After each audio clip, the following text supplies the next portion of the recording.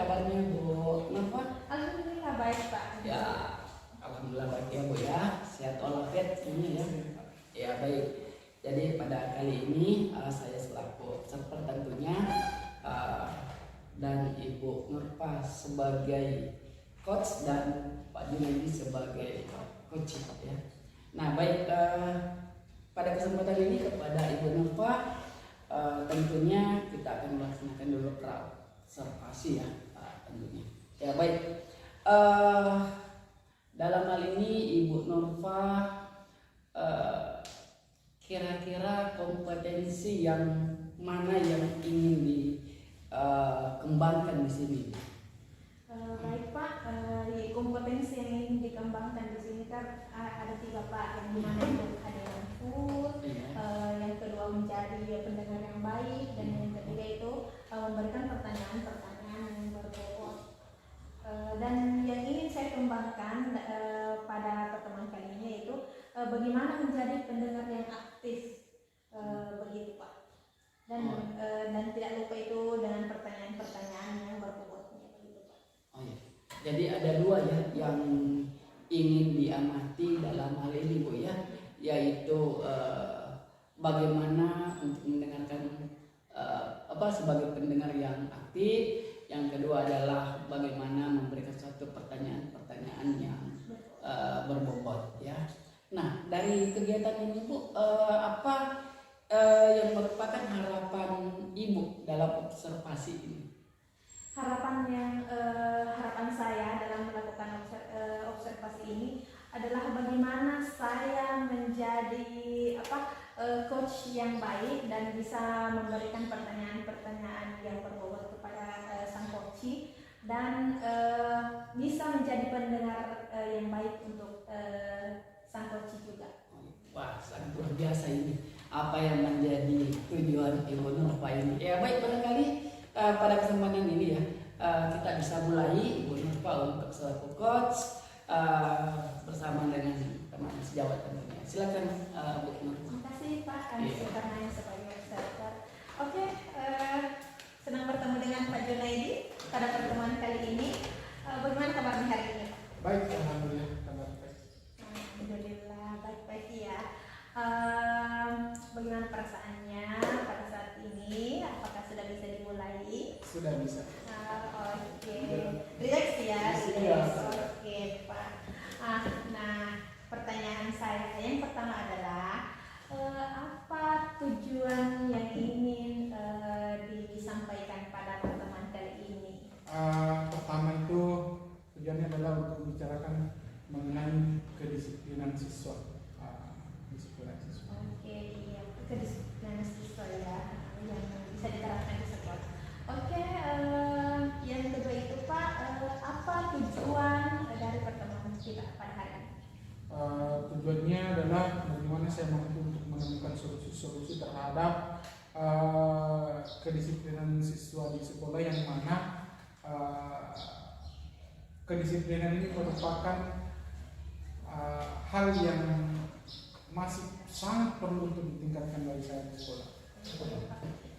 Mungkin itu cara untuk ini ya Pak ya, untuk bagaimana cara menemukan solusi untuk mendisiplinkan anak di sekolah. Oke Pak, terus apa ukuran keberhasilan pada pertemuan kita kali ini? Ukuran keberhasilan itu adalah bagaimana saya mampu menemukan solusi dari persoalan ini, kemudian bisa menerapkan kepada siswa itu sendiri dan siswa untuk berdisiplin di dalam sekolah.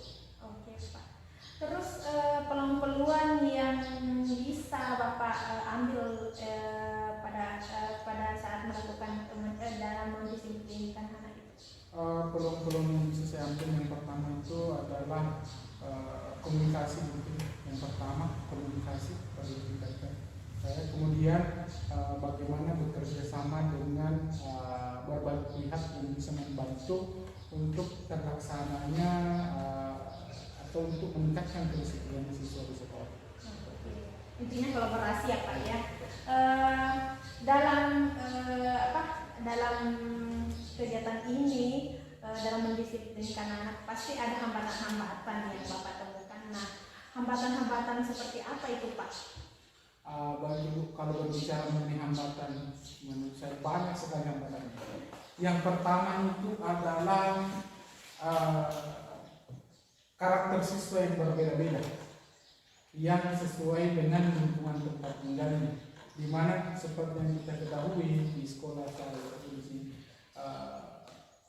berjauhan, artinya jarak yang ditempuh siswa untuk ke sekolah itu tidak kurang dari 10 km sampai bahkan ada 20 km, sehingga jaraknya seperti ini itu yang mengakibatkan siswa datang terlambat, tidak datang tepat waktu sekolah, kemudian komunikasi yang kurang baik mungkin, atau pemahaman siswa terhadap disiplin itu yang masih kurang.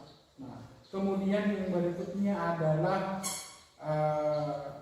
komunikasi dengan orang tua. Mungkin orang tua kurang memahami mengenai kedisiplinan siswa atau bagaimana peraturan sekolah, sehingga membiarkan seperti itu anak-anak. Oke Pak, ternyata banyak ya Pak hambatan-hambatannya.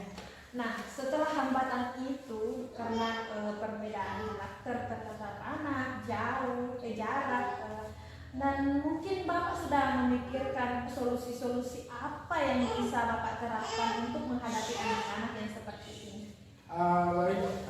Mengenai solusinya, mungkin yang pertama adalah komunikasi dengan pihak di sekolah, terutama dengan guru BK, kemudian wakasat kesiswaan juga, kemudian wali kelas, guru piket, dan yang terpenting adalah komunikasi dengan kedua orang tua, bagaimana bisa menyatukan persepsi dan bisa untuk memberikan pemahaman kepada siswa bahwa apa yang dilakukan oleh siswa tidak seharusnya dilakukan atau tidak sesuai dengan aturan-aturan yang di sekolah. Kemudian menyebarluaskan pemahaman tentang kedisiplinan kepada siswa, pentingnya untuk berdisiplin diri sejak dini. Sangat luar biasa Pak ya pemikiran untuk solusi-solusi ke depannya dengan berbagai pihak. Nah, terus setelah solusi ini yang sangat-sangat luar biasa, rencana Bapak ke depannya bagaimana? Rencana saya ke depannya yang pertama adalah komunikasi. Seperti yang saya katakan tadi, sampai saat ini yang dilakukan adalah sudah berkomunikasi dengan berbagai pihak, kemudian melakukan pemanggilan terhadap orang tua siswa untuk menyampaikan seperti apa permasalahan yang dihadapi siswa. Kemudian yang terpenting adalah pendekatan secara emosional, pendekatan secara persuasif, pendekatan secara sosial kepada siswa yang sering tidak disiplin di dalam keseharian di sekolah. Oke Pak. Terus skala keberhasilan Bapak dalam melakukan program ini atau kegiatan ini dalam mendisiplinkan anak, jika di antara 1 sampai 10 Bapak sudah berapa di dalam skala ini? Oke, skala atau levelnya sudah berapa? Di mana saya rasa masih rentan di antara 5, masih di level 5. Kenapa? Karena banyak sekali hambatannya, sehingga untuk mencapai level yang sempurna itu saya rasa masih sangat jauh, masih perlu perjuangan atau masih perlu tindakan-tindakan yang lebih keras lagi ke depan. Oke, harus lebih maksimal lagi ya Pak ya perjuangannya untuk mendisiplinkan anak ini di sekolah. Terus pertanyaan yang selanjutnya itu bagaimana komitmen Bapak ke depannya? Komitmen saya adalah saya berkomitmen untuk terus melakukan pemahaman kepada siswa bahwa yang dilakukan ini adalah sudah tidak sesuai dengan peraturan sekolah, sehingga mereka mampu untuk memahami itu dan menyadarinya bahwa yang mereka lakukan tidak sesuai, kemudian memberikan pendekatan-pendekatan secara terus-menerus sehingga ada perubahan di perilaku dan tindakan siswa itu. Kemudian tak lupa tadi itu komunikasi dan kolaborasi yang harus tetap saya laksanakan. Lakukan. Oke Pak, sangat luar biasa ya untuk tindak lanjut komitmen ke depannya. Terus mungkin ini adalah pertanyaan terakhir ya Pak dari saya sebagai coach. Bagaimana perasaan Bapak terhadap refleksi pertemuan kita hari ini? Perasaan saya sangat lega. Kemudian saya merasa senang juga karena sudah mengeluarkan apa yang ada di kepala saya terhadap persoalan-persoalan yang saya hadapi, dan kemudian saya juga merasa senang karena ada gambaran solusi yang bisa saya lakukan untuk kedepannya. Oke, baik Pak. Semoga kedepannya semua yang Bapak ini yang sudah sampaikan bisa terlaksana dengan baik. Oke, baik, terima kasih. Mungkin sampai di sini pertemuan kita hari ini. Dan selamat beraktivitas kembali. Assalamualaikum warahmatullahi wabarakatuh. Waalaikumsalam. Ya, baik, Ibu Nurpa ya sudah melakukan proses coach ya. Nah, bagaimana pertanyaan dulu Ibu ini? Ya, jangan tegang ini Ibu. Ya, perasaan saya ya, alhamdulillah bisa menjadi pendengar yang baik ya Pak, dan hadir dan bisa memberikan pertanyaan-pertanyaan yang bisa lah yang bisa saya berikan terhadap Pak Junedi sebagai coach. Ya, baik Bu ya. Jadi apa yang membuat Ibu ini di dalam menilai demikian yang berdasarkan perasaan Ibu saat ini yang rasakan? Yang kenapa saya menilai diri saya seperti itu karena kemarin itu perasaan yang masih canggung terhadap bagaimana saya menghadapi seseorang begitu. Ternyata saya mampu untuk bersosialisasi dengan bapak-bapak ini yang bisa memberikan pertanyaan-pertanyaan tanpa mungkin masih ada ya rasa canggung, tapi sedikit banyak adalah perasaan lega untuk ini semua. Ya, saya kira sangat luar biasa ya Ibu. Terima kasih Pak. Bolehkah saya Ibu menyampaikan sesuatu terhadap Ibu ini terkait dengan Bisa penilaian? sekali Pak, bisa sekali. Dengan senang hati. Ya, jadi yang pertama Bu ya, dalam hal ini apa yang telah dilakukan oleh Ibu ya sangat luar biasa sekali. Ini sudah sesuai dengan alur kita tentunya. Cuma yang perlu lagi Ibu lakukan kecanggungannya itu di dalam memberikan pertanyaan kepada Pak Junedi supaya kita ini jangan merasa kaku di dalam kegiatan kita ya.